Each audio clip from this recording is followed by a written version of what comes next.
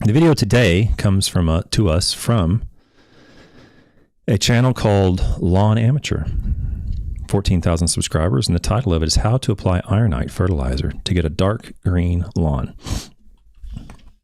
Now, I'm going to skip through this video a couple timestamps here. It's only about a 7-minute video. I'm going to try to show only maybe 3 or 4 minutes of it. But I'm going to show this, and then I'm going to go back to the Ironite label. And let me see if I can get it going here.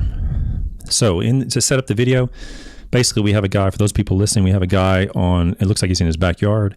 He's holding a selfie camera, it looks like, and he's going to be talking about how he recommends applying Ironite. And he has 3 steps. And I'm going to kind of skip ahead as he's going to introduce a step, and then I'm going to skip ahead to the second one and third one and so forth. Here we go. But it is green, but I'm going to show you how to get a darker, deep green lawn using Ironite. So a lot of people said they've been having trouble when they use Ironite. It hasn't been working. So I'm going to show you how to properly use Ironite for that nice, deep, dark green lawn. So stay tuned and let's go over it right now. Okay, so that's a good introduction. He's going to show you how to get a dark green lawn with Ironite.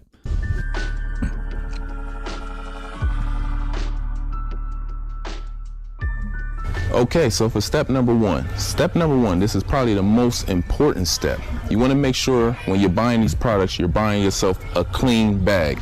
I know once I go in my big box stores or like Walmart, Home Depot, or Lowe's, sometimes these products are thrown on the shelves, they're thrown in big cardboard cutouts, and they're wet, the bag is dirty or kind of moist or something of that nature. You want to stay away from those bags, because if you're buying a granulated product that is activated by being watered in on your lawn, just imagine when you buy the product, you open the bag up, the stuff is clumped up already because it's been wet on the shelves. You want to stay clear of those products because they're not going to work properly. Once you bring those type of products home, you put them in your spreader, they're not going to spread evenly because they're all clumped up and already been activated. Okay.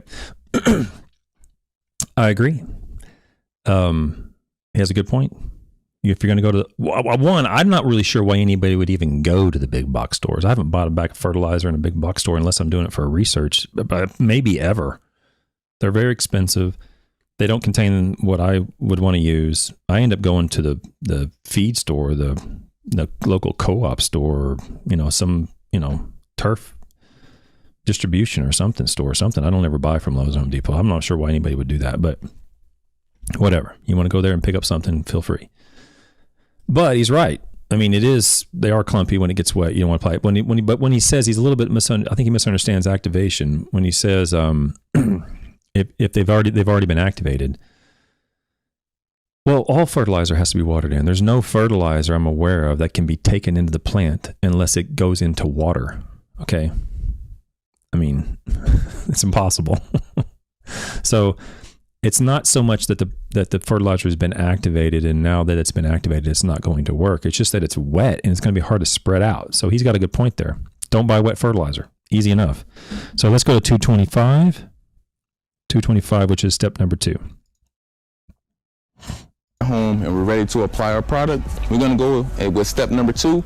We're going to read our directions. Now the directions state, for best results, mow and water well 1 to 2 days before applying Ironite to soil. So that means Ironite wants you to apply this product to a moist soil. So you're going to go ahead, mow your lawn to the proper height, water it deeply 1 to 2 days before applying Ironite. That's because it might help the granulars break down a lot faster. I know a lot of people probably skip this step. You probably get the product, go home, and just throw it down on the lawn, and your soil is already dry and hard and cracked. Even though you water it in, it probably still doesn't work as it's meant to work because you skipped a step.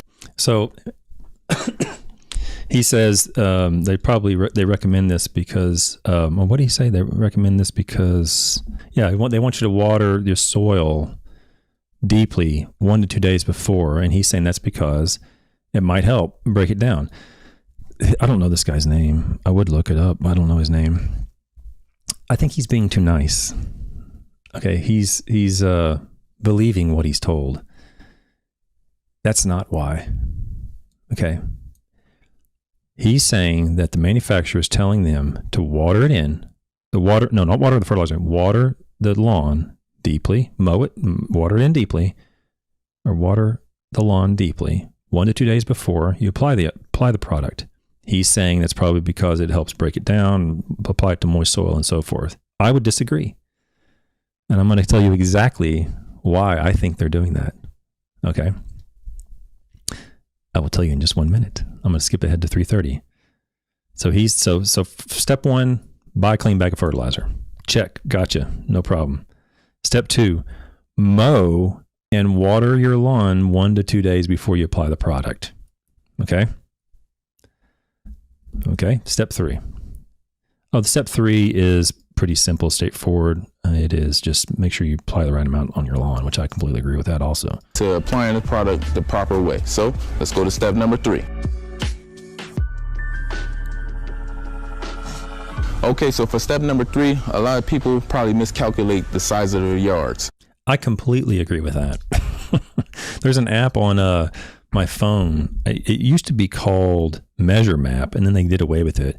And now I think some of the in-house apps will do this for you, but you can actually measure your lawn pretty accurately, actually, using these apps on the phone. And I've calibrated it by going. You can zoom into like your local college football field and put it on the 1 yard line or the goal line to goal line and see if it's 100 yards, and it's dang near almost exactly 100.0 yards. I mean, they're very accurate.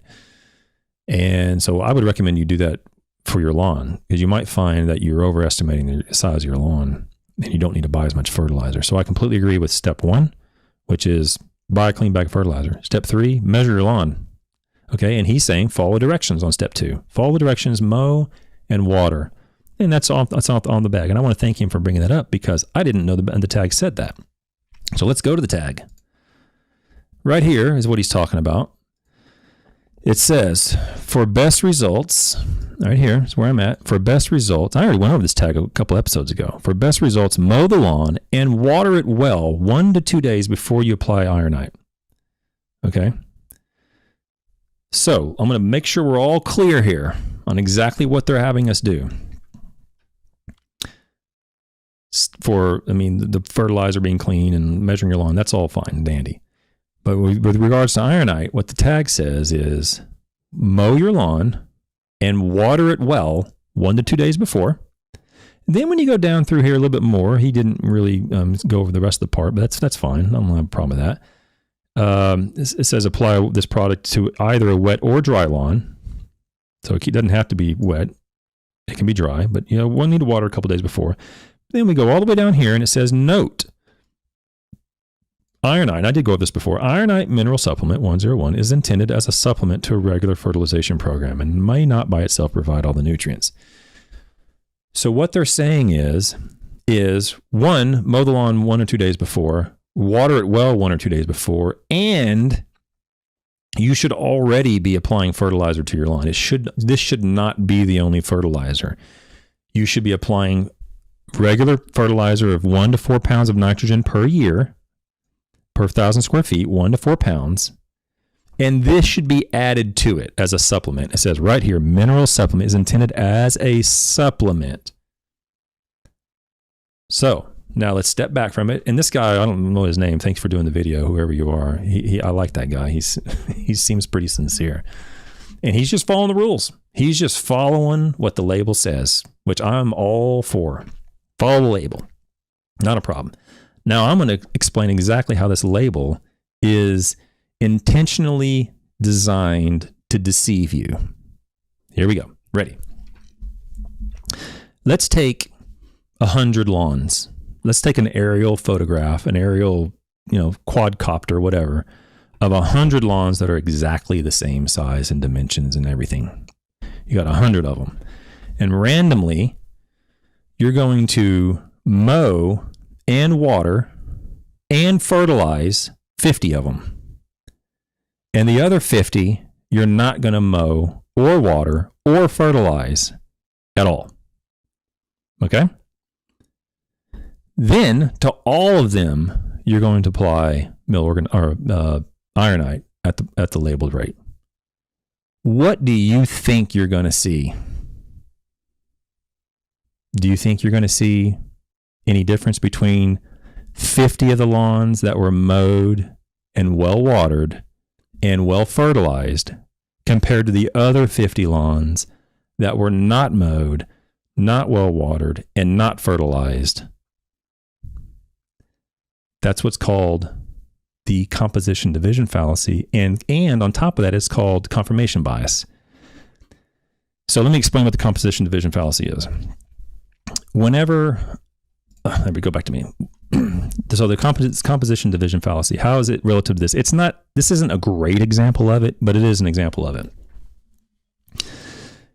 This company is banking on you seeing a greener lawn as a result of their product that also had mowing and watering and fertilizer applied to it. And they're banking on your confirmation bias to go, oh, well, I applied Ironite to that lawn and that looks better. That part of my lawn looks better, looks greener. It would look greener compared to a lawn that wasn't mowed and wasn't fertilized and wasn't watered. It would look much better, probably.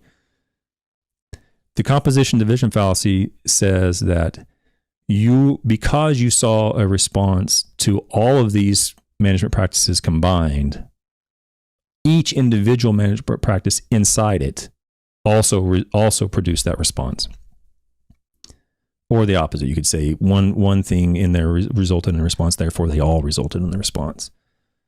Now, I just showed you an article that had this particular raw material in it. Let's go back to the label. PDF, iron oxide. I just showed you an article that looked at 11 different soils and 5 different time levels and 4 replications, and not one, going from 5.1 to 7.9, not a single one ever resulted in an increase in iron from iron oxide. Iron oxide never increased the solubility of iron in the soil compared to non-treated soil. So, knowing that there's essentially zero chance that this iron oxide and ironite is going to result in any soluble iron in the soil, and in turn, not going to result in any increase in iron in the plant or any greening, knowing that, or being convinced that that's the case, why do you think they would tell you to mow it and water it and fertilize it before you put this down? They know that you're going to see a response to mowing it and watering it and fertilizing it. Then you put the ironite down. You go, oh, well, I saw a response to ironite. No, you didn't. That's the composition division. You're wanting to see a response. You do see a response, but it's not from the iron oxide. It's from the other management practices that the label told you to follow, because they know those management practices are very likely going to result in an increase in quality and growth of your lawn. And it's that results in the increased quality and growth, not their product, not the iron oxide in this product, I should say.